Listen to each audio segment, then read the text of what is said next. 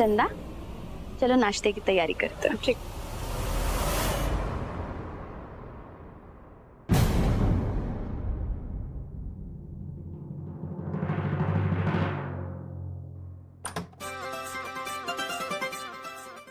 भाई साहब, इतना बड़ा कमरा! अरे स्वर्ग की कोई दूसरी ब्रांच खुल गई है क्या धरती पर? धाकड़ पापड़! इतने में तो हमारा पूरा गांव आ जाएगा, और वो भी कालू भैंस और मुन्नी बकरी के साथ में। तो अकेला आदमी रहता है यहाँ पे।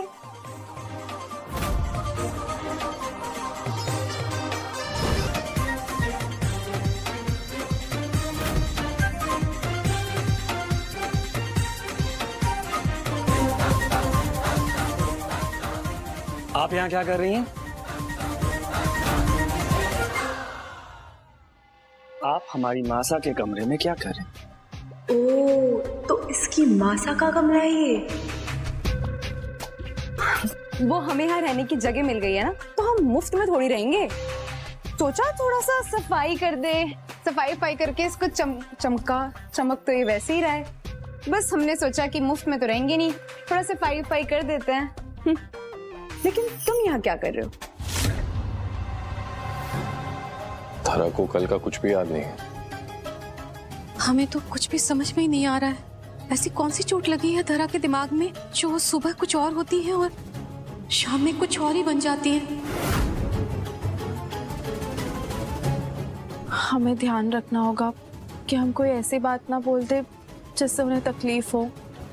बहुत ध्यान रखना होगा उनका, क्योंकि हम ना जानते हैं हमारी कौन सी बात उन्हें चोट पहुंचा दे और उनकी हालत कल जैसी हो जाए। लेकिन कब तक? संभालना अपनी जगह, ध्यान रखना अपनी जगह। कब तक हमें इस झूठे रिश्ते को निभाना पड़ेगा और जो हमारा सच्चा रिश्ता है उसे छुपाना पड़ेगा? किसी ना किसी चीज से तो उसे हमारा सच पता चल ही जाएगा। गगन बना, अब ये समय इन बातों का नहीं है बना। एक बार धरा बेनी ठीक हो जाए तो आराम से बैठकर समझा सकते हैं हम उन्हें। जब तक धरा बेनी ठीक नहीं हो जाएगी ना, कोई भी कुछ नहीं बताएगा उन्हें।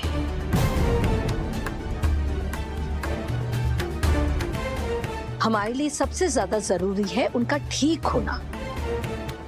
भोली बेनी, आपका दिल तो बहुत बड़ा है और आप तो सबके लिए बहुत अच्छा सोचती है। हम जानते हैं कि किसी भी पत्नी के लिए इतना आसान नहीं है।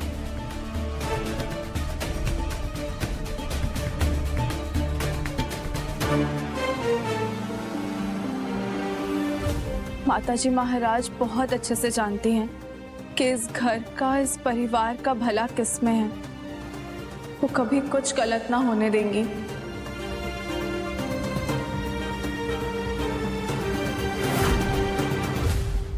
हाँ, समझ गए, हम समझ गए। तुम पीछा कर रहे हो ना हमारा। यार, जब लट्टू होने की भी ना लिमिट शिमिट होती है। अच्छा लगता है ऐसे। हेलो, एक सेकंड। हमें तो लग रहा है कि तुम हमारे आगे पीछे मंडरा रही हो। उल्टा चोर कोतवाल की सीटी बजाए। हमें ना सब पता है, तुम ना जानबूझकर हमारे आसपास चमक रहे हो। हमें पता है, हमें देखकर ना तुम्हारी नीयत की घंटी बज गई है। अच्छी है, ये जो तुम्हारी गलतफहमी है ना अच्छी है, लेकिन इसे अपने दिमाग से निकाल दो, क्योंकि जहां से हम आए हैं ना, वहां पर तुम जैसी लड़कियां मक्खियों की तरह भिनभिनाती हैं। रोली को ना गोली मत दो बाबू। तुम्हें पता है ना, ये मक्खियां सिर्फ भिनभिनाती नहीं है, मधुमक्खी डंक भी मारती है। और कोई मक्खी हाथ में आई नहीं होगी तभी छड़े हो, अकेले खड़े हो। हम तो खड़े हैं, तुम ही हो जो हम पर गिर रही हो। मत करो ये बेकार की कोशिश।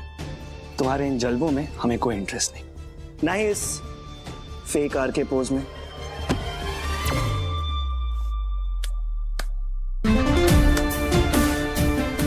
रोली को गोली, अब तो इसकी सीटी बजानी ही पड़ेगी।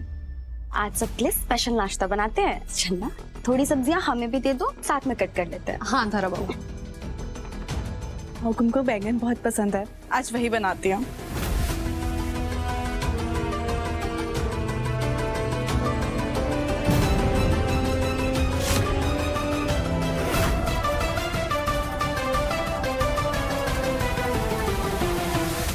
घर के लोगों के पसंद और नापसंद के बारे में कैसे पता है और क्यों पता है?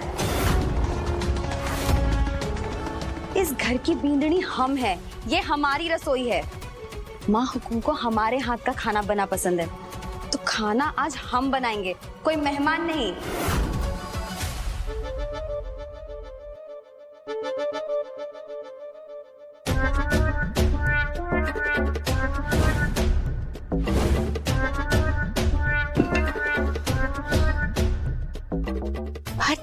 छोटे कुंवर सा,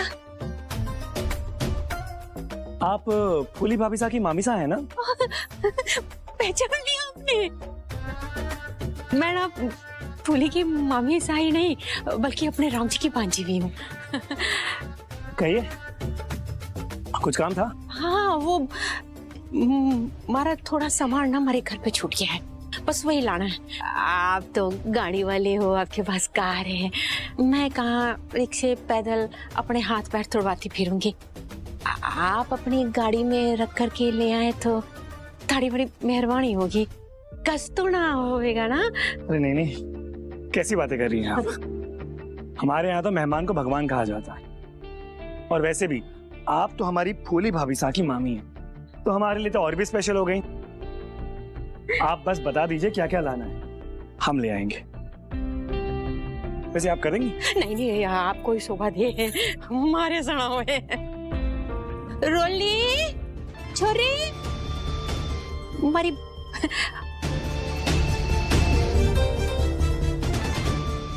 कुंवर सा, ये हमारी बड़ी बहन की छोरी रोली, ये आपके साथ चली जाएगी। इसे पता है क्या क्या सामान लाना है?